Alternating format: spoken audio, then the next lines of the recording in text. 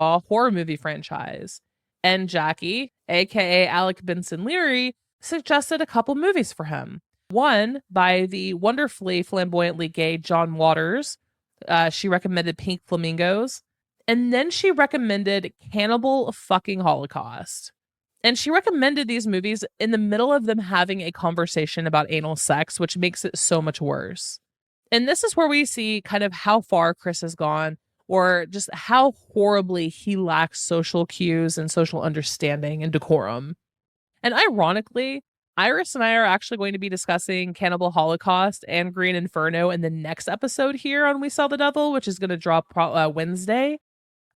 For those of you who don't know, Cannibal Holocaust is considered one of the most controversial films ever made. In fact, that was its...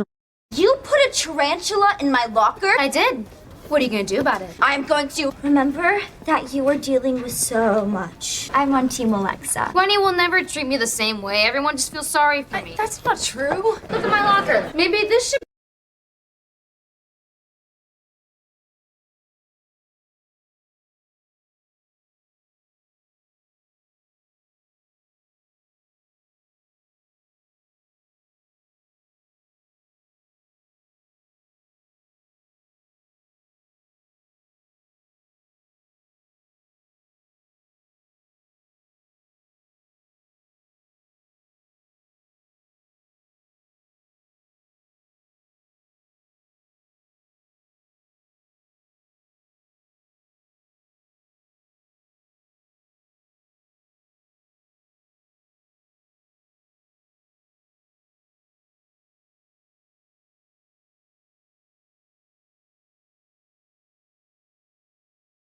was its original tagline. It's an exploitation and gore film.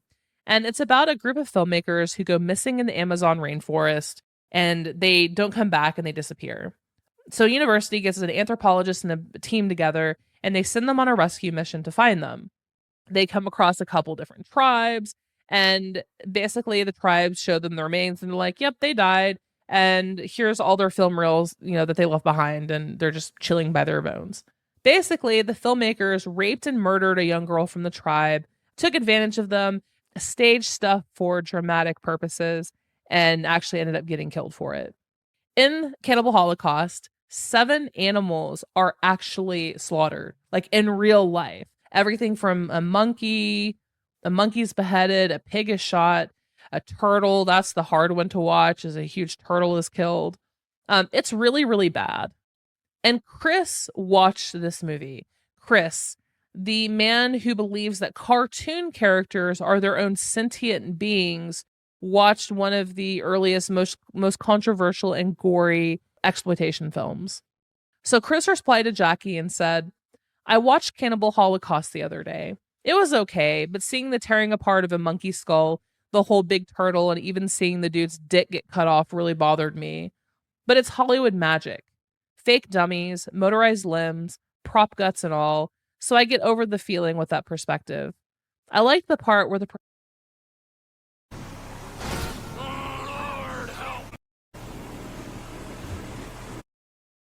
which makes it so much worse. And this is where we see kind of how far Chris has gone, or just how horribly... I like the part where the professor lured out the woman of the tribe to play with him in the water, and I see the whole parody and comical portions of the movie.